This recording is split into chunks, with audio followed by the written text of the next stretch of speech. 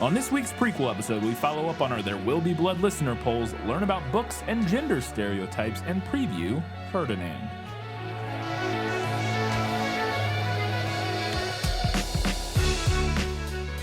Hello and welcome back to This Film Is Life, a podcast where we talk about movies that are based on books.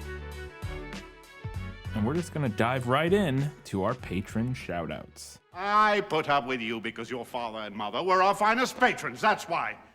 No new patrons this week, but we do have our Academy Award winners, and they are Matilde, Steve from Arizona, Paul, Kat Ensminger, Jeff Niederhofer, Teresa Schwartz, Ian from Wine Country, Winchester's Forever, Kelly Napier, Gray Hightower, Eli Youngs, Gratch, Just Gratch, Shelby says, Happy Second Thanksgiving, That Darn Skag, V. Frank, and Alina Starkov. Thank you all very much. Did Canada have their Thanksgiving already? Yes, it was in October. Yeah. Why did they do that? Does it celebrate something? I don't know. Surely, there's a reason theirs is in October. I think theirs might actually have been before, been a thing before and ours. that's possible. I'm just, because I guess that's what I'm asking is, if there's a reason it's in October and not November. I don't know. Or literally any other month, because it's not actually a seasonally specific. It says it's officially been celebrated as an annual holiday in Canada since November 6th, 1879, but then it's moved around and it was commonly on the second Monday in October. A Monday? Which is very strange. That's weird. I mean, I guess Monday's not any weirder than a Thursday, but I feel like it's a little weirder than a Thursday is practically the weekend. We have a lot of Monday holidays, though. A lot of Monday holidays. Yeah, I guess, but they're Labor not. Day, They're Memorial Day, MLK Day. Sure. I don't know. I mean, it feels weird to me, but I will say that it's not. It doesn't sound that outlandish. It just says it corresponds to the British and Continental European Harvest Festival with a lot of the same stuff that we have. The first celebration of Thanksgiving in North America. Okay, so it goes back to the same one as ours. This is a North American, I assume. Anyway, I'm not gonna. There's a whole big long history here, but I just wonder why. Oh, Lower Canada and Upper Canada observed Thanksgiving on different dates. I didn't know there was a Lower Canada. I mean, obviously, geographically, there's a Lower and Upper Canada, but I didn't realize it was referred to as such. This was back in the 1800s. Oh, okay. The first Thanksgiving Day after Confederation was observed as a civic holiday on April 5th, but that was to celebrate the recovery of the Prince of Wales, later Edward VII.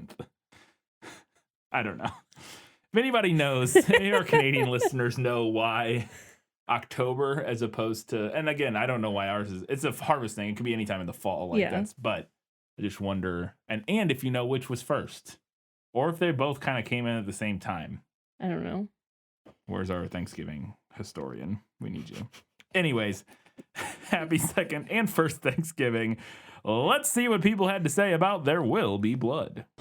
Yeah, well, that's just your opinion, man. All right, on Patreon, we had 2 votes for the movie and 1 for the book. Steve from Arizona said, From the very first chords of the vexing and unsettling score to the final words blurted out by Daniel Plainview, there is barely a film or book that could even compare to There Will Be Blood. Yes, I enjoyed the book, being a wannabe muckraker myself before the newspaper industry bottomed out. However, there is nothing like this ode to cinema, a timeless work that should have won every damn award it was nominated for, no offense to No Country for Old Men. It's funny how I love this film and the conservative side of my family just didn't get it. Being a socialist myself, I consider this a rather realistic look into the people that actually run our world. They lack morality and personal responsibility no matter what good they might do, for they still built empires of mythical wealth on the backs of the poor and through the bribery of public officials. The ending is especially prescient, for Plainview is not saying he is finished, as in he is going to jail. He is finished, as in no more rivals and no more people are alive who have gotten the better of him at some point in his wretched life. There is a sadness from his delivery, like he is relieved he won the war, but also sad he has few enemies to vanquish. It's even telling his butler doesn't even flinch, for if he was ever asked of the carnage of that particular day, he would just shrug. It's- and in his best Raul Julia M. Bison voice, it was Tuesday. What is that? I don't know what that's a reference to the Street Fighter movies. One of the, maybe, I don't remember if they made multiple, but in the Street Fighter movie, or one of them, M. Bison, who is the villain, there's like a monologue. I don't remember the exact context, but somebody tells him about how he like murdered their whole family. And like they've been searching for him for revenge ever since, and he's like, for me that was just a Tuesday. So he's like dismissive of the suffering he has caused. The casual day-to-day evil of Plainview, perfectly normalized to a boring side note. I have already yammered on way too much about this film, I guess, but it is truly a riveting and seminal work of Daniel Day-Lewis's career. I wish P.T. Anderson would continue to make films like this and The Master and Phantom Thread, and fully embrace the torch Stanley Kubrick's Ghost tried to pass to him, rather than waste time on tripe like Inherent Vice and Licorice Pizza. But this comes from a man that watches certain movies far too often. Just be prepared if you ever choose the thin red line, because I have opinions. Either way, good episode, and I'm glad you got to experience this, Brian. Sorry, Katie. I do hope you watch Magnolia and Punch Drunk Love, for those might be more up your alley. I will say Magnolia was my film professor in college's favorite movie. I believe it was Magnolia, I'm fairly certain. I have not seen it. I've not seen Punch Drunk Love. I've heard good things about Inherent Vice. Well, actually, I don't remember which one Inherent Vice is. I've heard good things about Licorice Pizza. But I've only seen, I think surely this isn't the first Paul Thomas Anderson film I've seen. Maybe it is, because I have not seen Phantom Thread or The Master. There must be some I feel like I've seen, and I'm just not remembering what it is. But anyways, yeah, interesting stuff there. There was one thing specifically that, and I can't remember. Oh, I was just going to comment about the line about it's finished. And I was like, I agree with that interpretation, or I'm finished. Very much agree with that interpretation. I think it's clear, definitely what the movie was going for, is it's not like, oh no, I'm finished. What will it, like I'm going to jail or whatever it is. I'm done now. I've done everything. The end. Tie a bow on this nightmare story. But yeah, it's I agree, it's a very good movie. I don't know where I would put it against No Country for Old Men. That's also a very good movie. It's been I haven't seen No Country for Old Men since it came out, so I don't have the greatest memory of it, because it was like 15 years ago. I don't know where I would put it, like rated against that, but they're both very good. Anyways. All right, and our other comment is from Jeff Niederhofer, who said, "There's nothing I can say about the film that has not been said to death by scores of film critics and film buffs. Suffice it to say, it's brilliant, and if you haven't watched it, you owe it to both your inner film buff and your inner social critic to watch it. Sorry you didn't have a better experience with it, Katie. It's okay." In terms of the book, I remember reading most of it on a lark decades ago when the title jumped out at me in our high school library. Katie did a much better job digesting it than I did, but I do remember thinking throughout my read that it would have made a hell of a Coen Brothers movie. In my opinion, Anderson did a lot more with There Will Be Blood than Sinclair did with Oil, but the film is such a loose adaptation that I still often wonder what the Coen Brothers would have done with the source material. Yeah. I mean, Coen Brothers, I think, would have been another one. They would have been great for this. Although, I think it wouldn't have been. Their movies have a lot more humor in them than this movie did. Not that this movie didn't have some funny moments. There's a fair bit of humor in the book, a kind of a sarcastic, and then maybe dry humor. Then maybe it would have felt more in line with the book, because the movie is there. I mean, there's some moments here and there, but overall, it's not a particularly humorous film. No. Whereas Coen Brother movies, even at their most serious, are still fairly comical. Like I'm trying to think of, like No Country for Old Men is honestly probably one of their most serious films, and it's still fairly humorous throughout. I think they would have made a good adaptation as well if they had been interested in it. But also, to your note about me digesting the book better, I would not have done as good of a job with it in high school, so Yeah. it's not a fair comparison. No. I'm 2 English degrees deep. Yeah. Absolutely. All right, over on Facebook, we had 1 vote for the movie and 2 for the book. Trevor said, "If I knew how land surveying worked, I would not tell you out of respect. But alas, I too have no idea how it works and don't care enough to learn how." There you go. Glad he agrees. Thanks, Trev. And Jeremy said, "I haven't read the book yet, but I rewatched the movie with a steak dinner and some whiskey, ew, vodka, and loved it. When I first saw it in 2007, I found it beautifully shot and Daniel Day-Lewis's performance captivating, but felt it was painfully slow. Did not feel that way the second time around. Loved every minute of it. Had a blast. Not sure why the difference, but there you go. We'll be looking into the book too." I mean, I will say, I don't know your age, but that was 15 years ago. If you saw Yeah. it when it came out in 2007, for me, that was my senior year of high school. Yeah. It just guessing maybe we're around the same age. If I had watched this in high school or, freshman year of college or whatever, I would have been like, oh yeah, it's a good performance and it looks pretty, but man, it's boring. Yeah. But again, I think it's just one of those things that as you get older, you learn to appreciate different elements and stories take on different meanings and you're able to get more out of them than you are when you're younger. I think we just suck at media literacy as young people. Like, it's just a learned skill. Yeah, it is. And also, I think you become more patient as you get older, and are able to sit with things that are not as,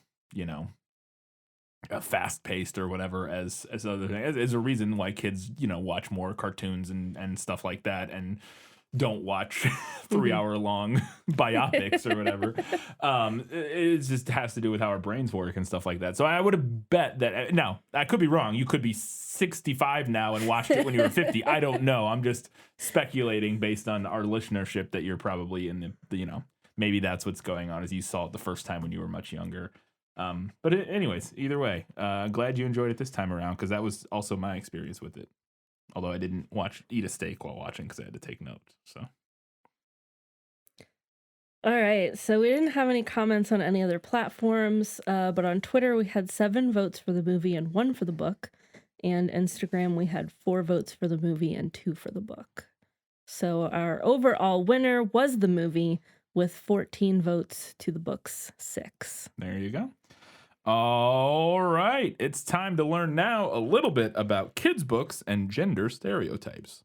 No matter what anybody tells you, words and ideas can change the world. So this is kind of just going to be me talking because I had that's what our podcast is. I guess that is what it is every week. But I just had some thoughts that I want to put out before we read and watch and talk about this adaptation. Mm-hmm. So kids' books and gender stereotypes, gender roles, this is a topic we've talked about before, but I wanted to circle back around to it for this episode. We last discussed this in the prequel to our Hatchet / A Cry in the Wild episode. And in that episode, we mostly talked about why toys and books for children are often divided into 2 groups according to the gender binary, right? A 4 boys and a 4 girls pile, and how that practice can serve in reinforcing the gender binary. Mm-hmm. But today, I want to talk about children's books that push back against those stereotypes. All right. Now, as you will learn in a few minutes during our book facts segment, the message of the story of Ferdinand has been interpreted multiple ways over the decades, with everything from a kind of general be yourself message to open political propaganda, especially due to the time period during which it was published. More on that later. Okay.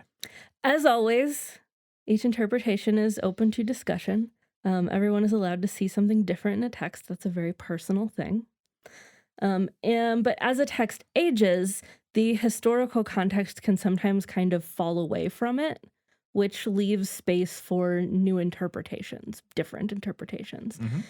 So many people, myself included, interpret the story of Ferdinand as belonging to a genre of children's book that aims to deconstruct gender stereotypes. Okay. So in the book, we're told that bulls are rough and tough, grow up to be fighters, but our title character doesn't have any interest in that. He's gentle and peaceful, and he just wants to smell flowers. Mm-hmm. Now, even if it weren't the original intention of the text, there's a clear analogy to boys who aren't into stereotypical quote-unquote boy things Right. like roughhousing or sports or what have you. Yes, the antiquated idea of what Yes. boys are into.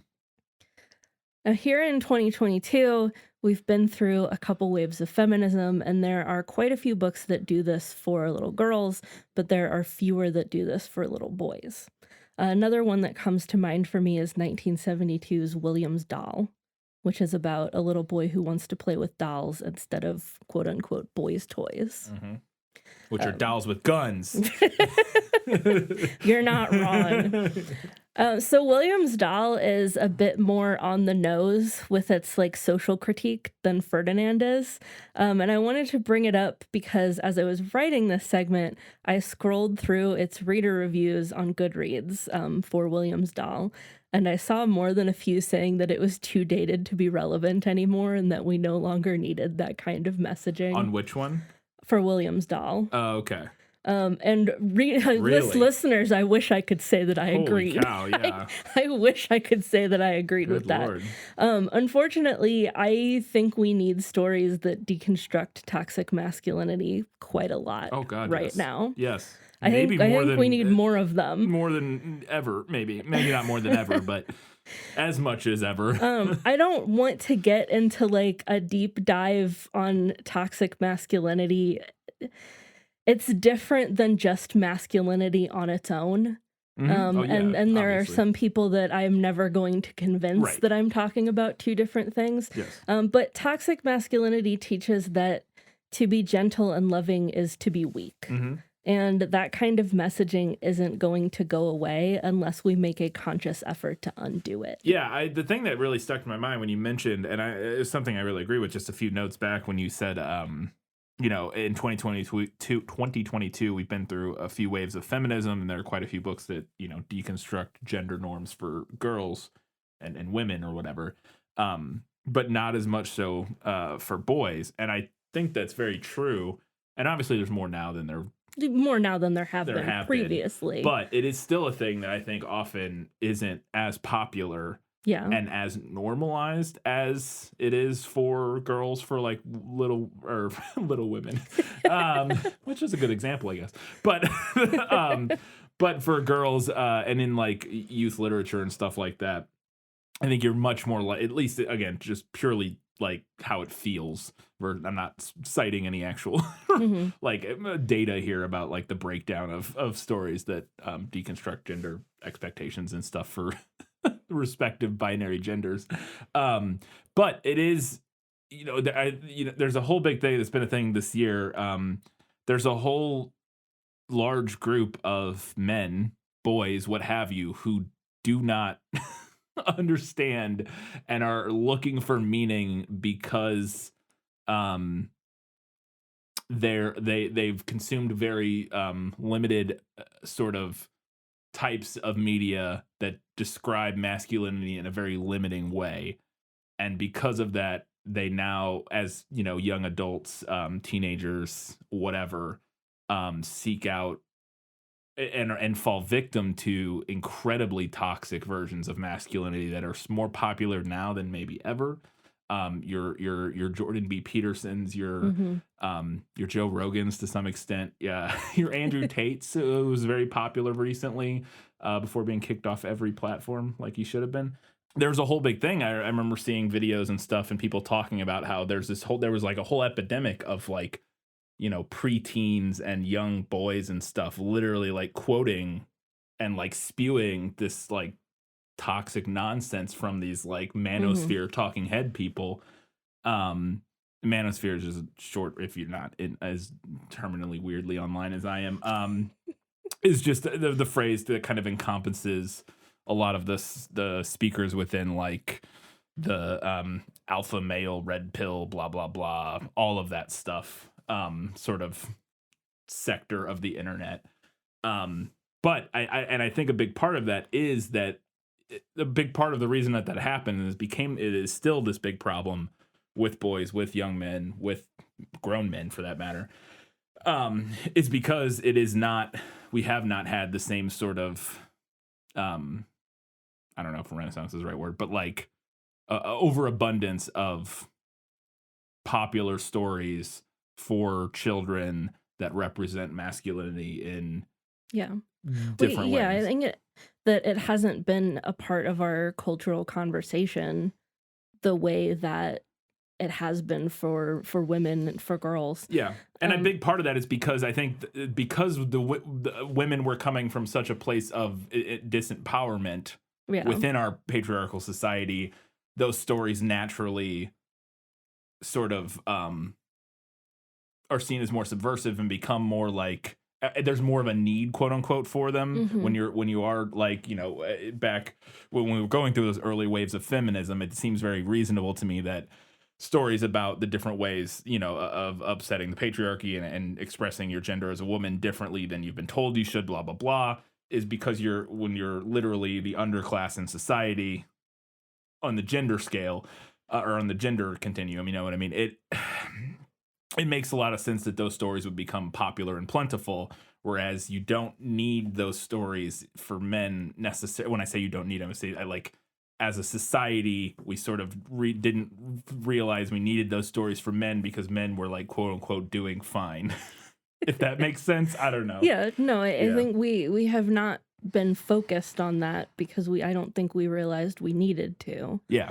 But we do. Yeah, absolutely. Yeah, that's what, 100%. Absolutely.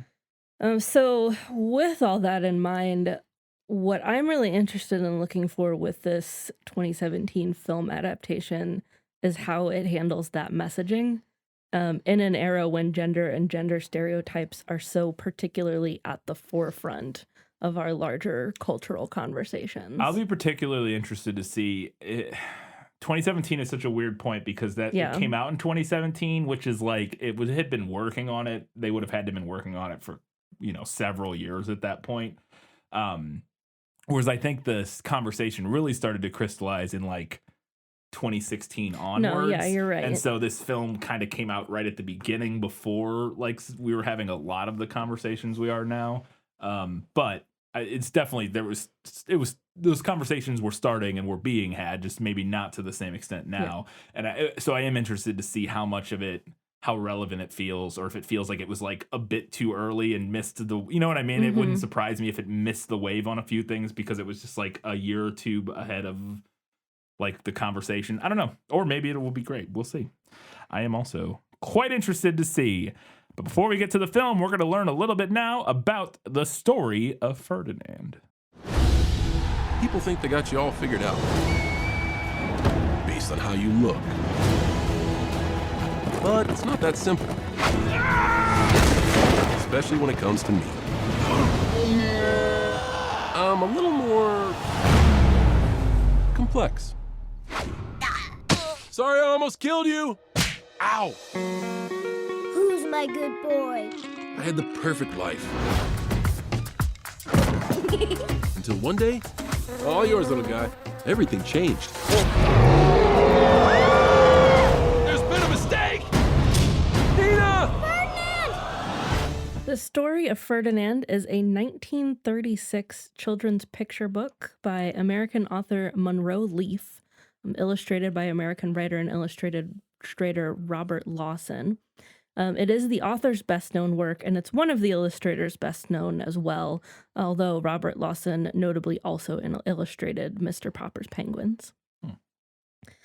So Leaf is said to have written the story on a whim one afternoon in 1935, largely to provide his friend, illustrator Robert Lawson, who at the time was relatively unknown, a forum to showcase his talents. On the illustrations, the landscape in which Lawson placed his story is more or less real. He faithfully reproduced the view of the city of Ronda in Andalusia. I don't know if I'm I saying don't any know of how to that right. pronounce it. It's in Spain. Yeah. For his illustration of Ferdinand being brought to Madrid on a cart. And Ronda is home to the oldest bullfighting ring in Spain that is still used. I I wanted to include this note from the Wikipedia page because I thought it was interesting, even though I couldn't find anything more about it because all of the articles it linked to were in Swedish. According to a documentary from Sweden, the story has a basis in truth. A peaceful bull named Civilian That's what I would assume. was raised on a farm outside Salamanca in the early 1930s. Hector Salamanca. And the Spanish press campaigned for it to not have to meet its fate in the bullfighting arena. It was pardoned mid-fight, but then the Spanish Civil War broke out and it never lived to see its home. Oh. According to Wikipedia, according to this Swedish documentary. There you go. But back to the book. So the book was incredibly popular in the United States when it was published. Its first run by Viking Press in 1936 sold 14,000 copies. The following year saw sales increase to 68,000, and by 1938 it was selling 3,000 per week. Wow. That year, it outsold Gone with the Wind to become the #1 bestseller in the United States. It's pretty popular. Yeah. And as of 2019, this book has never been out of print and has been translated into more than 60 languages. So back in 1938, Life magazine called Ferdinand, quote, the greatest juvenile classic since Winnie the Pooh, and suggested that, quote, 3 out of 4 grown-ups buy the book largely for their own pleasure and amusement. The article also noted that Ferdinand was accused of being a political symbol, saying that, quote, 2 subtle readers see in Ferdinand everything from a fascist to a pacifist to a burlesque sit-down striker. I don't understand. I have not read this or seen the film. I'm interested to see how you could interpret him as a fascist. I'm not sure either. From what the very little I would know. have to think that would be an interpretation from fascists trying to say that they're not fascist. Yeah, maybe. Or like people who don't know what fascism is, which And I mean, we know there are plenty of. Or I guess it in the political context, because isn't weren't we right around the Spanish Civil War and Franco and all that I'm sort of about stuff? to get to that. So I guess you could people could try to like shoehorn. I don't know. This is interesting. Again, until we actually see the story, I would be interested to see. But yeah. And I also don't know what a burlesque sit-down striker. I mean, I know what a striker is. I know what a striker burlesque is, sit-down. and I know what burlesque means, Yes. but I'm not sure how those two things work together. To me, that just sounds like a thing. That sounds literally, like a historical mystery. That sounds like a historical version of modern right-wing nonsense. Like they're just like slamming together. Yeah. Like when people say like there's the one that what they always said a postmodern neo-Marxist or whatever, which is like doesn't even make sense. Yeah. It's like saying like just these are words that are scary. Burlesque, that's a scary thing because it's women, and then sit down striker, they're lazy and they're communists. Like you know what I mean? Like it's just I feel like that's what that is. Yes, but an important historical note going into this story is that it was published during a time when fascism was on the rise globally very much. Yeah, obviously, yeah. Yes. In the 30s, yeah. The Cleveland Plain Dealer accused the book of corrupting the youth of America. That's how you know it's good. While the New York Times downplayed the possible political allegories, insisting that the book was about being true to oneself. So this book was released less than 2 months after the outbreak of the Spanish Civil War. So it was seen by many as a pacifist book. Yeah. It was banned in many countries, including Spain. That seems like the obvious reading, but yeah, I think you're right that it would make the most sense that maybe fascists trying to label it as co-opt fascist. We're not fascist. That's fascist. Yeah, we're like the Ferdinand. Yeah, I don't know. In Nazi Germany, Hitler ordered the book burned, another way you know it's good, Yep. as, quote, degenerate democratic propaganda, Following the 1945 defeat of Germany, 30,000 copies were published and given out for free to the country's children. Nice. Back in the U.S., the book was so popular with the public during the 30s that it was used in various commercial products, from toys to breakfast cereal. Over the years, the character has also been referenced in many different properties, including both Marvel and DC Comics, World of Warcraft, Teenage Mutant Ninja Turtles, and Stephen King's novel Rose Madder. The band Fall Out Boy named their second studio album From Under the Cork Tree after a phrase from the book. Oh. Ferdinand was also the code name chosen for the Australian Coast Watchers during World War II. And aside from the feature-length film that we'll be discussing, Disney also adapted the story as an animated short called Ferdinand the Bull, which won the 1938 Academy Award for Best Short Subject Cartoons. There you go. Amazing. I just had to go look up and see, because I was interested, for any of our World of Warcraft fans out there. Ferdinand is an NPC that can be found in the Jade Forest. He's a Tauren, obviously. Tauren are like bull people. Yeah. So there you go. All right, now it's time to learn a little bit about Ferdinand the film. Now, I know when you look at me, you think big. You're ginormous! I can't wait to show you to the rest of the guys. They're gonna fertilize the yard. You think scary. Who are you? I'm Una. I'm Dos. And I'm Cuatro. What happened to Trace? We do not speak of Tres. You think someone who can fight. I am here to select a bull. I'll take that one. Sucks to be you. I am not a fighting bull. Can you guys help me out? This is the beautiful horsey side, and that is the stinky bull side. Have a nice day smelling terrible. Hi, Hufklaus. Hi, Hufkretter. Ferdinand is a 2017 Blue Sky Studios film directed by Carlos Saldana, who also directed Rio, Rio 2, Ice Age, Robots, Ice Age 2, Meltdown, basically all Blue Sky's films he has been a director on pretty much. Film was written by Robert Baird, who wrote Big Hero 6, Monsters University, and was a writer on Big Wolf on Campus. Very exciting for me. Tim Federle, who was a writer on the High School Musical, the series, and Brad Copeland, who wrote on Arrested Development, wrote Wild Hogs, and on My Name is Earl. The film stars John Cena, Kate McKinnon, Bobby Cannavale, Peyton Manning, Anthony Anderson, David Tennant, Gerard Carmichael, Gina Rodriguez, David Diggs, Gabriel Iglesias, and Flula Borg, among others. The film has a 71% on Rotten Tomatoes, a 58 on Metacritic, and a 6.7 out of 10 on IMDb. So middling reviews all around. It made $286 million against a budget of $111 million, and it was nominated for Best Animated Feature at the Oscars and the Golden Globes. So in 2011, 20th Century Fox acquired rights to the story of Ferdinand, and immediately they attached Carlos Saldana to direct. There wasn't a ton of production notes, so I kind of went in and found some interesting stuff. The score was composed by John Powell, who was not a name that stuck out to me, but has a truly fascinating resume full of all kinds of stuff, including Face Off, the 1997 Nick Cage, John Travolta film where they take their face Switch off. faces. Yeah. Shrek, The Bourne Identity, and subsequent Bourne movies. The Road to El Dorado, Drumline, The Adventures of Pluto Nash, X-Men The Last Stand, Happy Feet, Solo, A Star Wars Story, among dozens and dozens of others.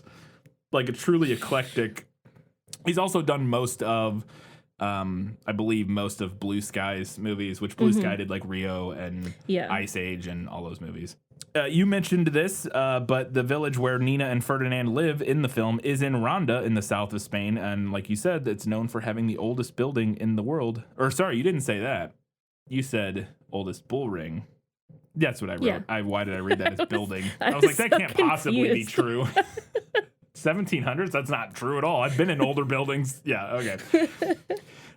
This village is known for having the oldest bull ring in the world, built in 1785.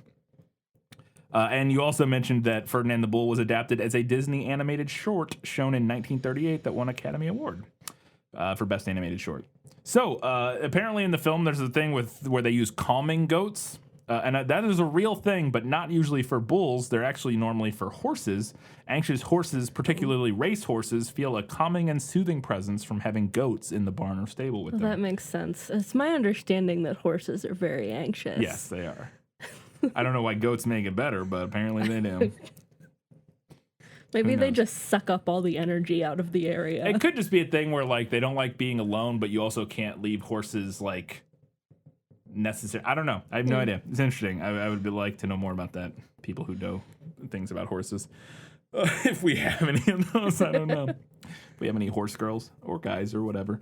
So this is an interesting thing. Spanish bullfighting critic of El Pai, Antonio Lorca, in a critique of the film, said that the film's message is, quote, profoundly unnatural, and that the, quote, renunciation of the lead character to its animal nature is a lie that manipulates children who will become, quote, tomorrow's anti-bullfighters. So when it says bullfighting critic, I believe it means literally he's the guy that writes about bullfighting in the news, not like a critic of Because I was like, Yes. that doesn't make any sense. I did the same thing. I read it like 4 times, and I was like, wait, what?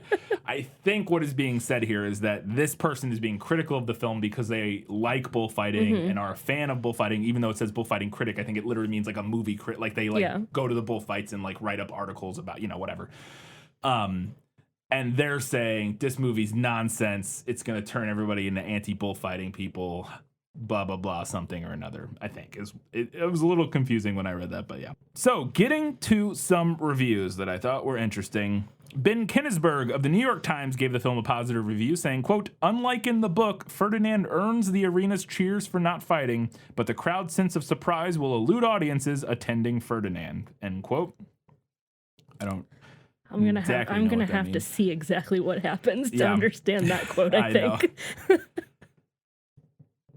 I assume they mean the crowd's sense of surprise in the film will elude audiences, or the crowd in the the literal crowd in the film. Yeah. Their surprise you will not be surprised as a movie watcher because it's all very right.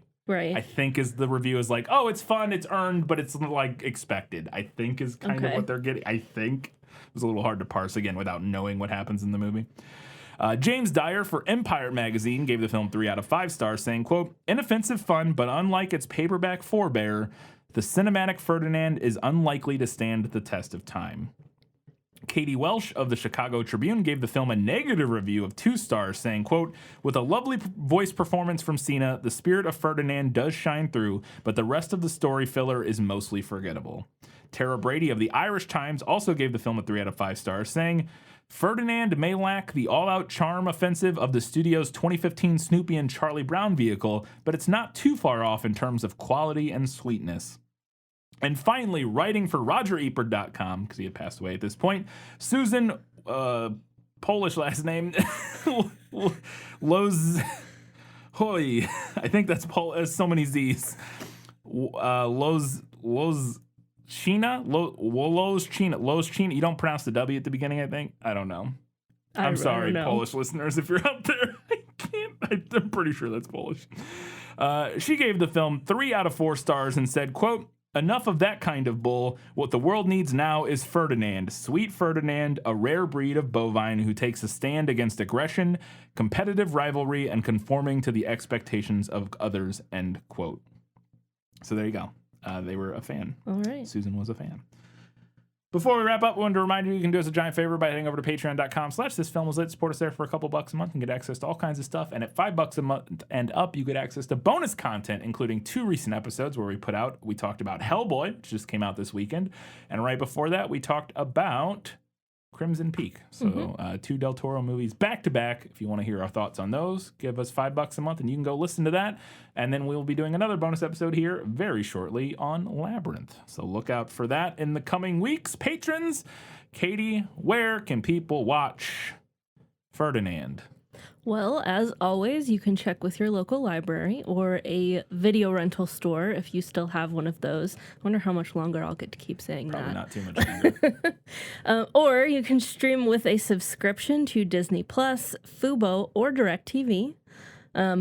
If all else fails, you can rent it for around $3 to $4 from Apple TV, Amazon, YouTube, Vudu, Redbox, DirecTV, AMC Theaters on Demand, or Spectrum TV. There you go. That is that. Yeah. I'm interested to see. Have you read this? Have you watched this? Yes. No, I have not watched it. You have read this. Yes, before, I had as a child. I had a battered secondhand copy of Ferdinand as a kid. I don't remember ever reading this one. I'm not saying I didn't. I very likely did. It would I just surprise me if you hadn't, with your mom being a preschool teacher. It would surprise me as well. I'm just saying it doesn't stick out in my memory as like, oh, obviously I remember this one. Yeah. So yeah, I read tons of books like this as a little kid, so I'm sure I probably did. I just don't recall. But yeah, I'm interested to see how the film does. Again, I think the thing I'm most interested in is the thing we talked about in the Learning Things segment about to see how it handles like the gender stuff in 2017, coming out in 2017. This is interesting. It's like right at the nexus point. Yeah. I feel like it was mostly written before the nexus point and came out after the nexus point, kind of. So I'm interested to see how it goes and how it's aged in just 5 years. Yeah. For sure. Yes, absolutely. That's going to do it for this episode. We'll be watching Ferdinand in 1 week. Until that time, guys, gals, non-binary pals, and everybody else. Keep reading books. Watching movies. And keep being awesome.